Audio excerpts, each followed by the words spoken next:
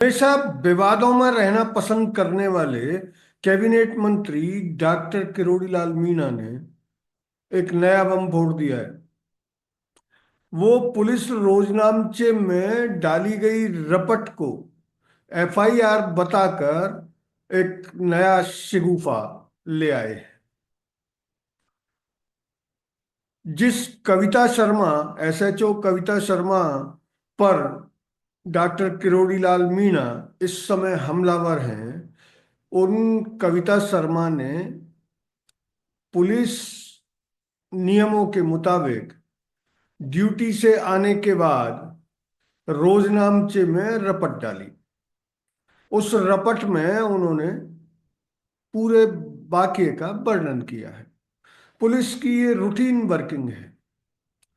अभी तक जो आज के अखबारों में जो खबरें छपी हैं उनमें क्षेत्रीय डीसीपी का वर्जन छपा है और उन्होंने कहा है कि किसी तरह की कोई एफआईआर अभी तक जयपुर के किसी थाने में दर्ज नहीं की गई है।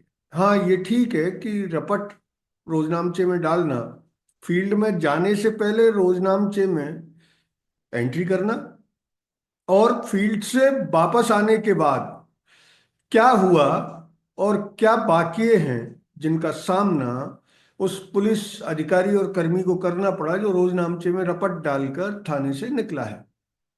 तो उन्होंने उसका वाकया रोजनामचे में रपट के रूप में दर्ज कर दिया है, जिसकी सूचना शायद डॉक्टर किरोड़ी लाल मीणा को मिल गई होगी और उन्होंने अपने अंदाज के अनुरूप पिंक सिटी प्रेस क्लब में एक प्रेस कॉन्फ्रेंस की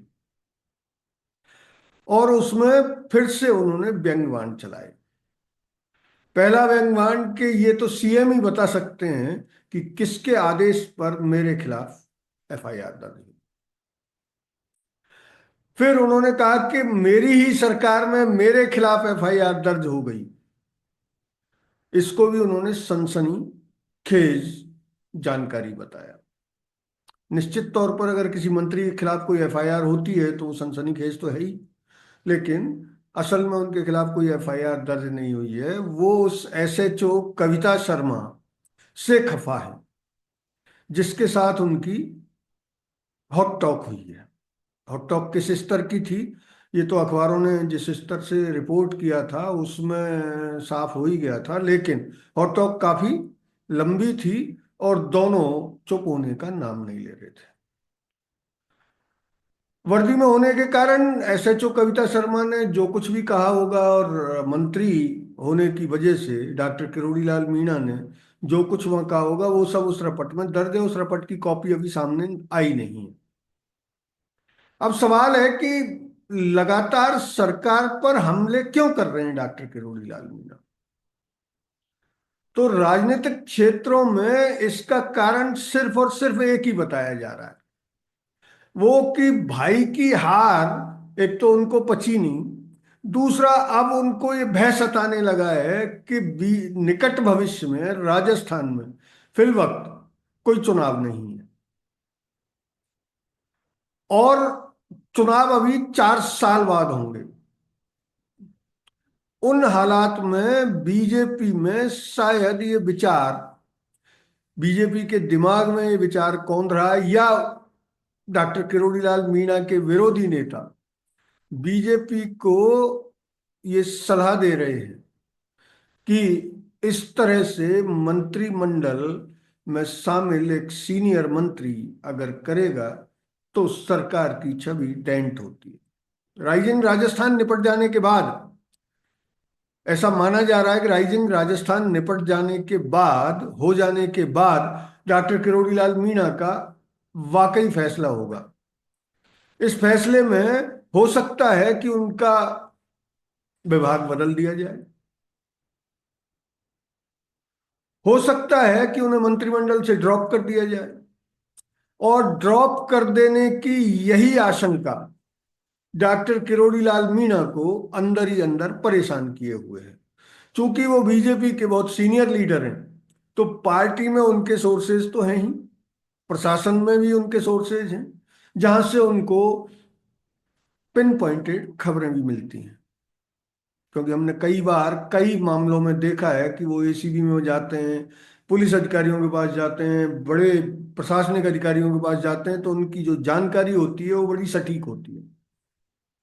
यद्यपि उसमें झूठ और फरेब का मुलम्मा भी होता है, लेकिन जानकारी का बेस गलत नहीं होता।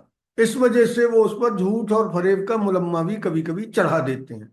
जैसे कि अभी इस रपट वाले मामले को वो अपने खिलाफ रिपोर्ट दर्ज होना बता रहे हैं।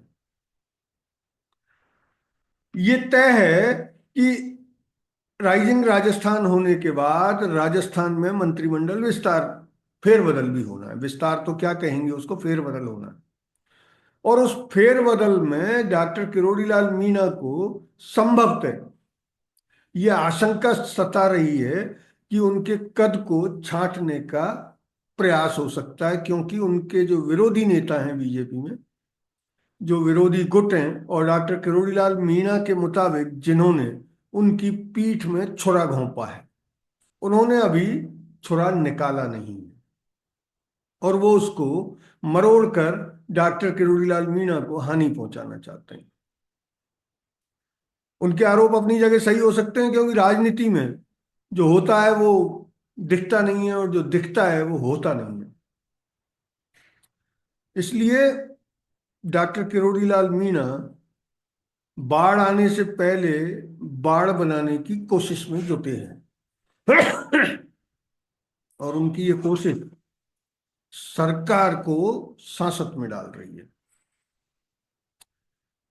सरकार की तरफ से कोई आधिकारिक वर्जन अभी तक नहीं आया है, लेकिन डॉक्टर किरोड़ी लाल मीणा ने ये जरूर कहा है कि वो प्रदेश अध्यक्ष, भाजपा प्रदेश अध्यक्ष मदन राठौड़ से मिलकर पहले अपने सवाल पूछेंगे, और उसके बाद अगर उनकी इजाजत मिली तो वो उन चेहरों को उजागर करेंगे जो एसएचओ कविता शर्मा को गलत और फर्जी सर्टिफिकेटों से पुलिस बल में भर्ती हो जाने में मदद करने वालों के नाम सामने लाएंगे। अगर ये वीडियो आपको अच्छा लगा तो इसे लाइक करें, शेयर करें, और हाँ, हिंदी हेडलाइन को सब्सक्राइब जरूर करें। धन्यवाद। जय हिंद।